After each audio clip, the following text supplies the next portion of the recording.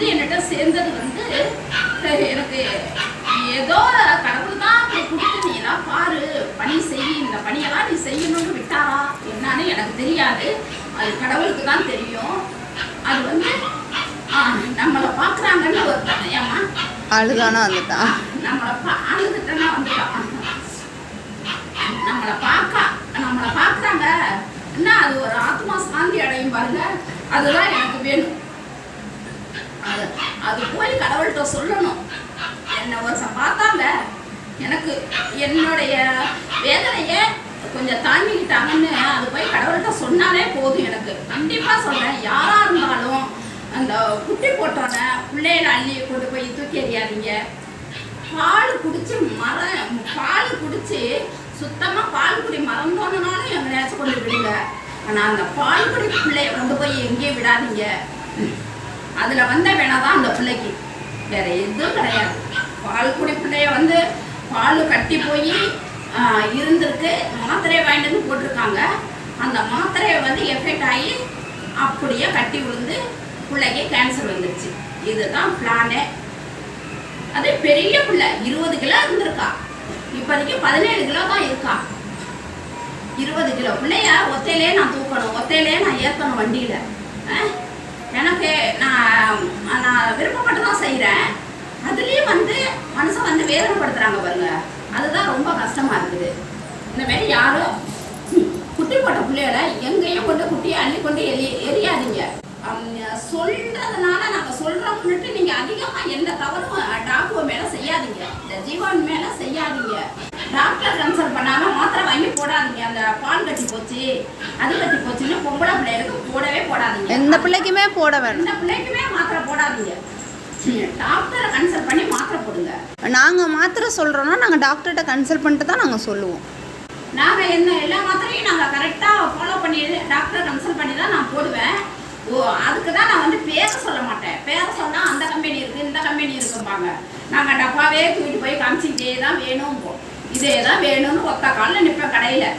Doctor அதுக்கு மேலே நிறைய பேர் கால் பண்ணி எனக்கு சொன்னாங்க, தப்பான ஊசியை போட்டாங்க, என் பிள்ளைக்கு இதாகிட்டு தப்பான மாத்திரையை கொடுத்துட்டாங்க. அது 2-3 பேர் எனக்கு ரொம்ப அழுது கத்துனாங்க. என்ன சொல்கிறதுன்னு தெரியல. டாக்டருங்களுக்கு ரொம்ப ஆலோசனை வேணும். டாக்டருங்க என்ன செய்றீங்க, உங்கள் அசால்ட்டுத்தனத்தை அதுகிட்ட காட்டாதீங்க. நீங்கள் ஆடு மாடை பார்ப்பேன்னா ஆடு மாடை தான் நான் பார்ப்பேன்னு சொல்லிட்டு விலகிருங்க. டாக்டர் பார்க்க வேணாம். நீங்கள் தப்பான ஊசியை போட்டு தப்பான மெடிசனை சொல்லி உங்களுடைய அசால்ட்டுத்தனம், இது நாய் தானேன்னுட்டு எந்த இதுவும் மெடிசனும் தப்பான மெடிசன் செலுத்தாதீங்க பிள்ளைங்களுக்கு. அது சும்மா கிடந்தா அது நோயிலேயே இறந்தாலும் பரவாயில்ல.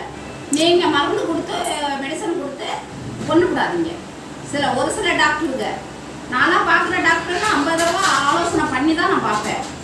என்ன டாக்டரையும் அவ்வளோ சீக்கிரம் போய் நான் ஊசி போட மாட்டேன். எனக்கு ஒரு பிள்ளை வந்து குட்டத்தங்கொன்று இப்போ ஒரு 5 வருஷத்துக்கு முன்னாடி முடியலன்னு ஊசி போட்டேன். ஊசி போட்டு 2 மணி நேரத்தில் இறந்துருச்சு. என்ன துடிச்சோம் தெரியுமா? 5 வருஷத்துக்கு முன்னாடி அவ்வளோ துடிச்சோம். தோத்தண்டி புள்ள, அதெல்லாம் மறக்க முடியாது.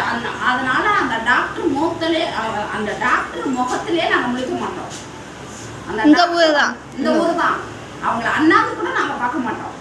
நிறைய பேர் சொல்லுவாங்களே அவர்கிட்ட போய் ஊசி போடுங்கன்னு, போட மாட்டோங்க. என் பிள்ளை குட்டத்தங்கன்னு ஒரு பிள்ளை இறந்து போடுச்சு. அதனால குட்டத்தங்கன்னா எங்கே இருந்தாலும் முடியாந்துருவான். நான் வைக்கிறேன், நான் என்ன பேர் வைக்கிறேனோ அதுக்கு அப்படியே மைண்டில் பதிஞ்சு அவ்வளோ கருத்தாக இருக்குங்க என்கிட்ட வளர்கிற பிள்ளைங்கள்லாம். நான் கருத்தாக வளர்க்கணும். நான் இன்னொரு விஷயம் என்னன்னாக்கா, ஒரு பிள்ளைய எவ்வளோ கட்டுக்கோப்பாக வளர்ப்போம். ஒரு பிள்ளைய அநாகரிகமாக எந்த தவறு செஞ்சுட்டோன்னு சொல்லுவோமா? சொல்ல மாட்டோம்ல. அதுபோல தான் இதையும் நான் கட்டுக்கோப்பாக வளர்ப்பேன். எல்லாமே கட்டுக்கோப்பு தான். நம்ம சாப்பாடு முதல்ல கட்டுக்கோப்பு தான் என்கிட்ட. நல்ல பாசம் தான் அதிகம் எதிர்பார்ப்போம். சாப்பாடு அடுத்தது, அதுக்கு படுக்க அடுத்தது. இது 3 தான் அதுகளுக்கு. படுக்க, பாசம், சாப்பாடு, இது 3 தான் அதுகளுக்கு முக்கியத்துவம் நான் கொடுப்பேன். வேற ஏதோ அங்கே போய் தப்பு செஞ்சுட்டு வந்தா செல்ல முடிஞ்சது, இங்கே போய் தப்பு செஞ்சுட்டு வந்தா என்கிட்ட பதில் சொல்லிடுங்க. அதுங்க அதேமாரி தெருவில் உள்ள பிள்ளைங்களையும் அதட்டுவேன், பேசுவேன். பிள்ளைங்களை வான் பண்ணுற மாதிரியே பண்ணுவேன். என்ன தப்பு செய்கிறேன், என்ன ஒழுங்காக இருக்க மாட்டேயான்னு கேட்பேன். எல்லாத்தையுமே வான் பண்ணுவேன். நான் வந்து ஓரவஞ்சலையே பார்க்க மாட்டேன். ஏன்னா இது வாயாலே இதுங்களுக்கு உயிருக்கு ஆபத்தாக இருக்குது. அதனால குலைக்க விட மாட்டேன், கத்த விட மாட்டேன். அப்படியே கத்துனாலும் அதட்டிடுவேன். ரொம்ப கண்ட்ரோலாக வச்சுருப்பேன். யாராக இருந்தாலும் நல்லபடியாக இந்த பிள்ளைங்களை பாருங்க. பார்க்க முடிஞ்சா பாருங்க, சோறு போட முடிஞ்சா போடுங்க, இல்லைன்னா விட்டுருங்க. உங்கள் வேலையை பார்த்துட்டு நீங்கள் விலகி போயிடுங்க. போடுறவங்கள வந்து நாகரிகம் இல்லாமல் திட்டாதீங்க.